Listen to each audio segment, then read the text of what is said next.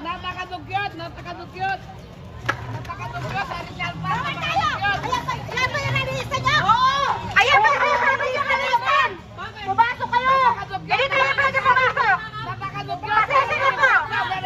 Hindi tayo pwede pumasok dito! Dali niyo yung placard dito! Hindi tayo pwede pumasok dito! Sumusunod tayo sa patakaran! Sa buhala ng direktor. Sumusunod kayo. Alam mo yan, kuya! Sumusunod kayo sa buhala. Ayan po yung aming pwesto. Ayan po yung tent namin, yung nakatayo yan. Matagal na po kami nagtitinda dyan.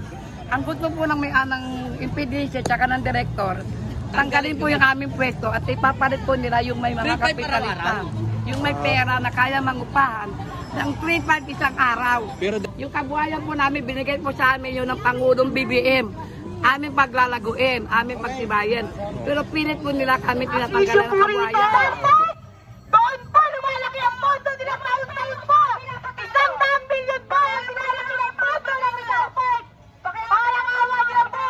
Bantayan po natin ang tax ng gobyerno, tax ng bayan! Ah, Diyos ko, ang kakapal ng mukha, ibalik ninyo lahat ng mga ninakaw nyo sa amin. At ngayon, pag nanakaw ulit kayo, ang 200 million po ang may pakana. Department of Tourism, CHESA, kasi po, meron din silang infrastructure. Naiintindihan po natin yan. Kung ang flood control po ubos na, eto po, awating po natin. 200 million po ang nanakawin na naman sa atin ng Department of Tourism at ng National Parks Development Committee. Pumasok po kayo sa Rizal Park. Isang example po, eto, nakikita niyo ba? Napakadugyot, napakadugyot. Napakadugyot, napakadugyot. Napakadugyot, Ari Salpa. Ayan ba yung nalista niya? Oo! Ayan ba yung nalista? Pumasok kayo! Hindi tayo pwede pumasok! Napakadugyot. Pasensya na po! Hindi tayo pwede pumasok dito! Dali niyo yung placard dito! Hindi tayo pwede pumasok dito! Pasensya na lang po! Hindi tayo pwede pumasok dito! Dala kayo yung placard! Dali lang po! Tuloy po tayo! Sa kabila lang po tayo! Doon po yung nalista natin, kuya! Doon tayo sa nalista! Hindi tayo nalista! Hindi nyo dapat katakutan! Ano dapat katakutan? Security at Kami ba yung nag-order sa playground? Rizal Park. Pasalain po sa inyo! Dahil papasok yung mahilang kapat, ano mo lang yan? Pakiusap lang ako sa inyo! Hindi tayo alas na pumasok ng ka-prospect tayo!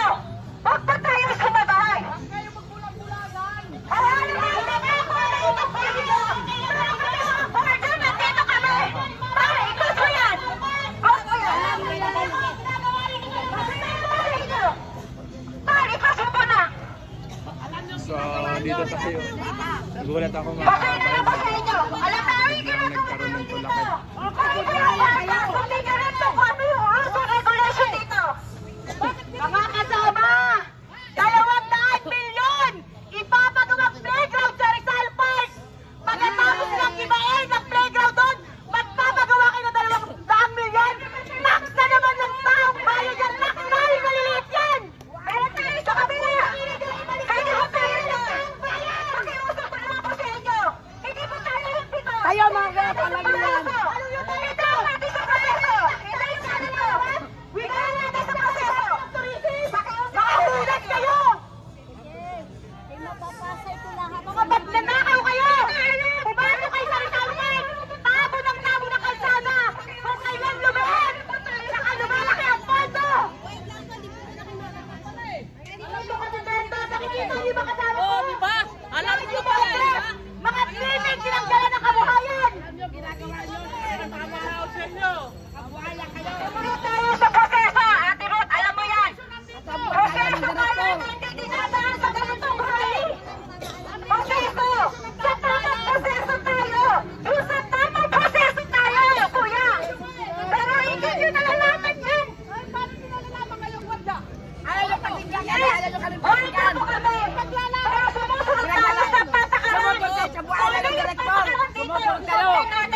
Alam mo yan, kuya! Alam mo yun eh. Pero kayo maniwala! Sumusunod kayo sa buhala ng direktor. Hindi po na ang panig ng isa! Ayan po ang pwesto namin, oh. So, dito kasi mga kabayan, parati ko nakikita si ate na nag-trending dito sa Rizal Park na parati niya pinoprotest yung mga activists sa Rizal Park. 200 milyon, wag ho nating hayaan! Nakakari na naman ang Department of Tourism at naka-LPDC! 200 milyon! Magpapagawa lang ng putang ilang playground na yan! Ulol, mga hudas kayo! Ibalik ninyo ang pera ng taong bayan sa inyong reklamo!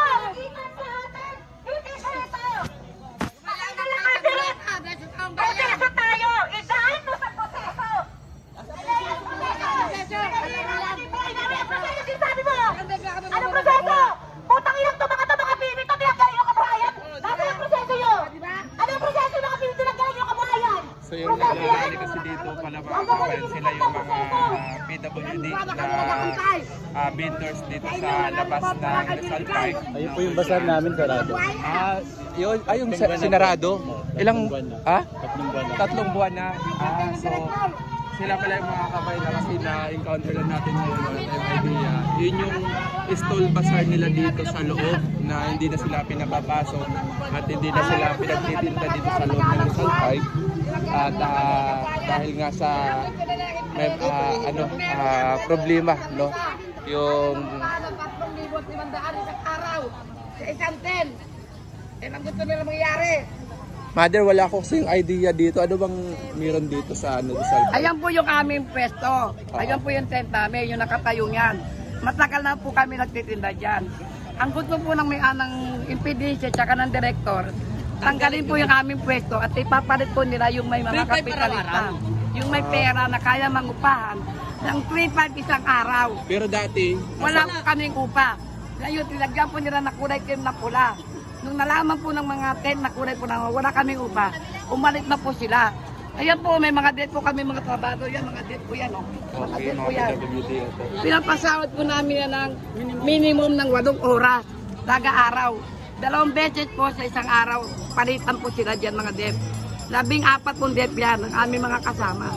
Tinanggalan po nila ng trabaho dahil Sino gusto po, nila. sa tingin niyo po ma'am, sino po yung may mali dito sa ano? Yung director po tsaka yung PDC po. Yung kabuhayan po namin, binigay po sa amin yun ng Pangulong BBM. Aming paglalaguin, aming pagtibayan. Pero pilit po nila kami tinatanggalan ng kabuhayan. Okay. Si Pangulong Marcos po yung nagbigay sa inyo ng kabuhayan. Napalaguin po namin. At yung mga debt ay tulungan namin. At ginagawa po nila, pinapatay nila kami. Tinablet na po kami pabalik-balik sa COA. Humingi lang po kami ng report, hindi po kami binibigyan ng report. Sa bulsa ninyo, sinusukal nyo lang kaukala, ang kakapal na mukha ninyo, tapos gusto nyo pa maging star witness kayo, mga hudas kayo, ang kakapal na mukha ninyo, ibalik ninyo yung pera namin at wag nyong hayaan magpagawa rito ng 200 milyon. Playground lang po tayo yan, Ocean Park, ipapagawa ninyo, ang kakapal na mga mukha ninyo, ibalik ninyo ang pera ng taong bayan. So as per kasi ni ate, no, nilagay po yan kasi I think yun may nakalagay Nakikita nyo to? Tinatanggal ang mga bento. Magpapagawa sila ng children playground. Ang halaga ay 2 milyon. 200 milyon ang halaga ng playground. Doon po yun. Maganda naman po yun. Sinira nila at papagawa silang bago daw.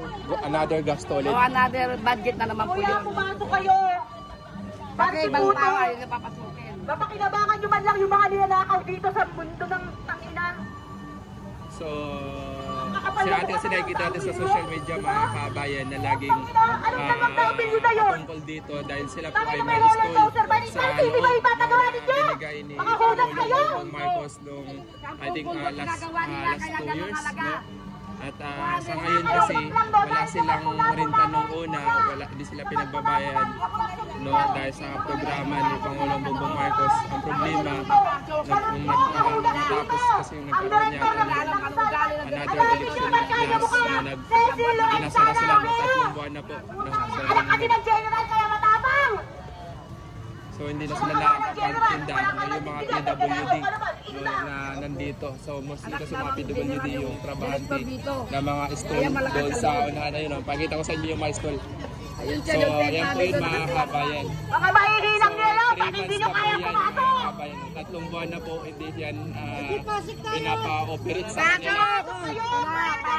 So 3 buwan na po yan hindi pinapa-operate sa kanila. No? So hindi na sila pinagtitinda. So sayang naman at naginayang sila dahil nga lahing tulong din sa mga kapatid natin, mga PWDs. No, yung binigay na programa ni Pangulong Bongbong Dito po Marcos. ang kalsada. Hindi naman dinadaanan talaga ng pastebrikong sasakyan. Hindi naman siguro kasyak. Taon-taon po. Pinapatong-patong nila ang kalsada. Doon na po kami rito sa Ayapan. Siguro dito Putang ina nyo. sa lokal, no? Wala tayong idea, mga kabayan, no? So ito yung nakikita natin. Oy, Emanji Sanyi. Actually mga kabayan, napakarami ang dumadagsa ngayon ng mga kabayan natin dito sa Rizal Park, no? At expected, no, maya magkakaroon ng libo-libo natin mga kabayan ang dadagsa dito. Sa ngayon po, estimated ko nga, nasa kalahating milyon na rin po ng mga kababayan natin ang nandito. Actually, nasa kabila po, nasa likod lang tayo kasi may nasikaso tayo dito sa motor natin. Ngayon, doon, no? Grabe. Milyon na tao rin. Milyon. So, grabe, mga kababayan. 200 milyon po. Ang kasato sila naman ang kanyang magpagawa ng playground. Milyon ang pinagawa. Ang kakabal po na naman.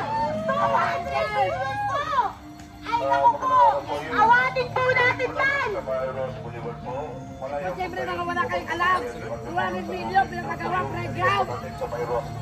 Pero nangyayari pero nandito ako nakapagdanakaw. 200 milyon.